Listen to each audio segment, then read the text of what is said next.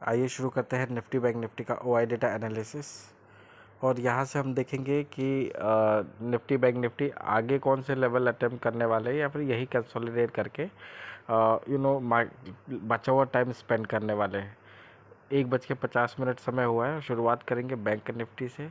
इसका हाई है 51,244 और लो है 50,634। ठीक है, जिसने अगर मॉर्निंग डिस्कशन नहीं देखा है वो एक बार मॉर्निंग डिस्कशन का वीडियो ज़रूर देख लेना। ठीक है, प्री मार्केट ही ये लेवल दे दिए जाते हैं आपको। मतलब आप उसको अगर ओआई डेटा से भी मैच करेंगे तो लगभग लेवल्स वही निकल के आते हैं। यहाँ पे हम पोजिशनल व्यू यहाँ डिस्कस करके इंट्रा डे का व्यू डिस्कस करेंगे। अब बचे हुए समय में वही लेवल्स हैं। 50,700 पे गड़े मुर्दे का सपोर्ट है, मतलब 50,850, 50,900 बचे हुए समय के लिए अच्छा खासा सपोर्ट है। रेजिस्टेंस की बात करें तो 51,200 पे हल्का फुल्का रेजिस्टेंस है। 51,500 पे गड़े मुर्दे वाला रेजिस्टेंस है। तो 51,250, 51,350 ये वो रेंज होगी जिसको हम एक बार के लिए अटैम्प्ट करने की कोशिश करेंगे।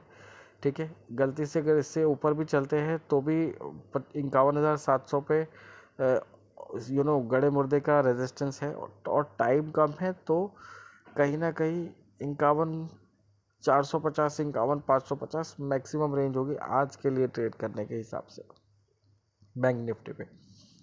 इसके ऊपर अगर चलने की कोशिश होती है जो कि आज नहीं हो पाएगी, बट इन एनी केस इसके आसपास भी हम पहुंचते हैं तो 52,000 तक की तेज़ी के लिए रास्ते खुल जाते हैं।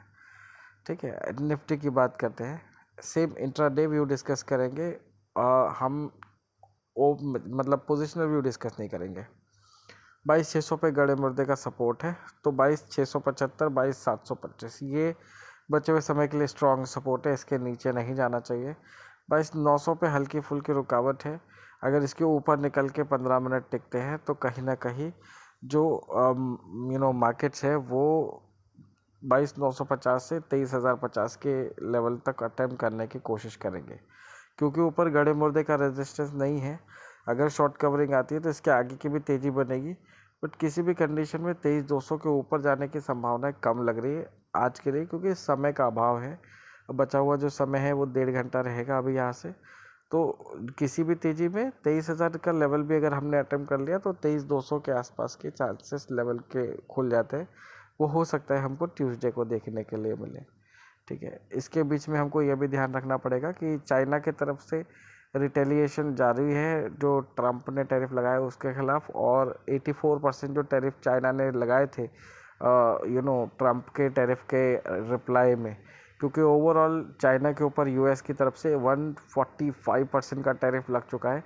उसके रिटेलिएशन में अब टोटल चाइना की तरफ से यूएसए पे 125% का टैरिफ लग चुका है। मतलब कहीं ना कहीं ये जो रेस है ये चालू है इधर।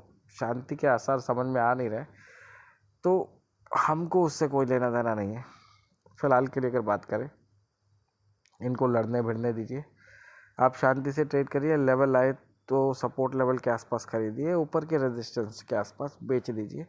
बचे हुए समय में आपको इतना ही करना है, अदरवाइज ऑब्जर्व करना है। अगर अच्छा खासा मुनाफा बांध लिया है तो फिर बाकी बचे हुए समय में शांति से बैठिए। जो भी होगा ट्यूसडे को देखेंगे। मंडे को अंबेडकर जयंती की उपलक्ष्य में छुट्टी है मार्केट्स की। आप सभी को बधाइयाँ। मंडे को रेस्ट करिए, ट्यूसडे को फिर मुलाकात होगी। बीच में सैटरडे का आपका और संडे का होमवर्क आ जाएगा, उसको कंप्लीट करिएगा।